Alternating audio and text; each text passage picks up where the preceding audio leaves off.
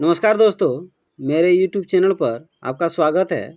तो आज हम लोग क्लास 9th के साइंस का हमारे आसपास के पदार्थ इस पाठ का पृष्ठ संख्या 9 में जो क्वेश्चन दिए हुए हैं उसके बारे में पढ़ेंगे। तो इस वीडियो में लास्ट तक बने रहिए। क्वेश्चन नंबर 1 है, निम्नलिखित तापमान को सेल्सियस में बदलें। तो यहाँ आपसे क्वेश्चन पूछ रहा है कि यहाँ जो तापमान दिया हुआ है केल्विन में दिया हुआ है और आपको क्या करना है, उसको सेल्सियस में बदलना है। तो देखिए सबसे पहले दिया हुआ है 300 केल्विन। 300 केल्विन को बदलना है, किसमें बदलना है? सेल्सियस में बदलना है। तो 300 में 273 घटाएं कितना आएगा? 27 डिग्री सेल्सियस आएगा। बी नंबर में क्या है? 573 केल्विन। तो 573 केल्विन को किसमें बदलना है? सेल्सियस में। तो 573 में 273 घटाएंगे तो कितना बचेगा? 300 केल्विन। यानी एक चीज़ आप याद कर लीजिए कि अगर तापमान केल्विन में दिया रहे और आपको सेल्सियस में बदलने को कहे तो आप 273 घटाइए। कितना घटाइए? जो भी तापमान दिया रहेगा उसमें से आप 273 घटा दीजिए, वो आंसर सेल्सियस में आ जाएगा। इसीलिए देखिए मैंने यहाँ पे याद करने के लिए आपको लिख दिया है। आप ये लाइन याद कर लीजिए, दिलो दिमाग में बैठा लीजिए।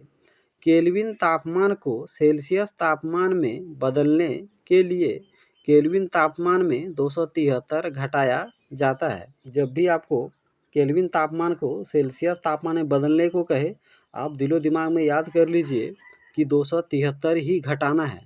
और इसके उल्टा मान लीजिए आपको क्वेश्चन पूछे कि सेल्सियस को केल्विन में बदलिए, सेल्सियस को केल्विन में बदलिए, तो आप यहाँ क्या कर रहे हैं? 273 घटा रहे हैं। तो सेल्सियस को जब केल्विन में बदलने को कहेगा तो आप 273 जोड़ दीजिएगा। तो मुझे उम्मीद है कि जो पहला क्वेश्चन आप समझ गए, यानी जब भी केल्विन तापमान दिया रहे और सेल्सियस तापमान में बदलने को कहे तो आप कुछ मत कीजिए, जो भी तापमान दिया रहे आप 273 घटा दीजिए, आपका सेल्सियस में आंसर आ जाएगा। चलिए अब दूसरा क्वेश्चन देखते हैं।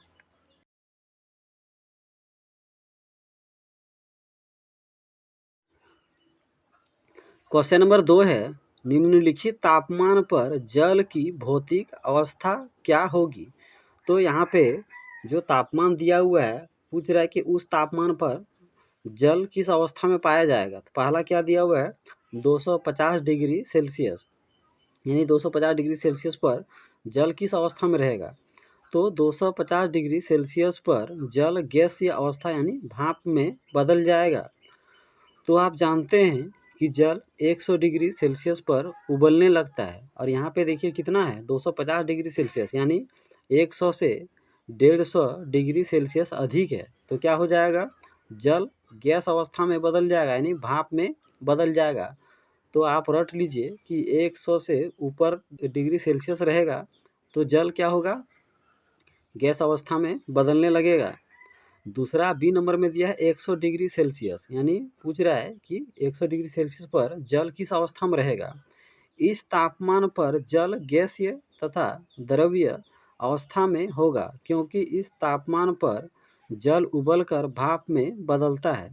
तो 100 डिग्री सेल्सियस पर जल गैसीय अवस्था में भी रह सकता है और द्रवीय अवस्था में भी रह सकता है, क्योंकि इसी तापमान पर जल उबलने शुरू होता है। तो मुझे उम्मीद है कि आप ये भी क्वेश्चन समझ गए होंगे। तो चलिए अब तीसरा क्वेश्चन देखते हैं।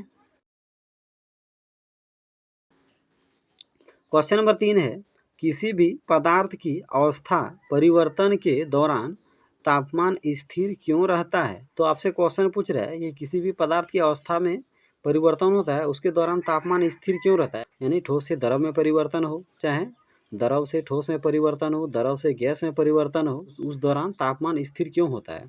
क्योंकि दी गई ऊष्मा का प्रयोग पदार्थ के कणों के बीच बंधनों को तोड़ने में होता है।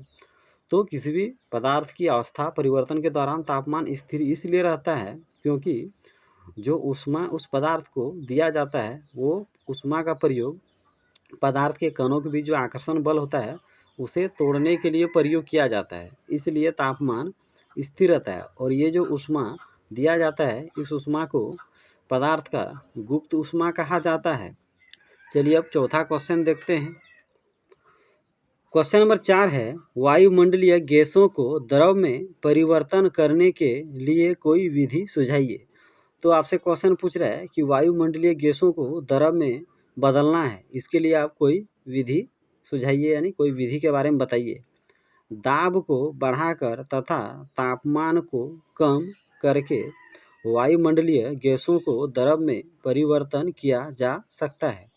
तो वायुमंडलीय गैसों को द्रव में किस प्रकार बदला जा सकता है? दाब को बढ़ा देंगे और तापमान को घटा देंगे, यानी दाब को बढ़ा देंगे और जो तापमान है उसको कम कर देंगे, तो वायुमंडलीय गैसों को द्रव में बदला जा सकता है।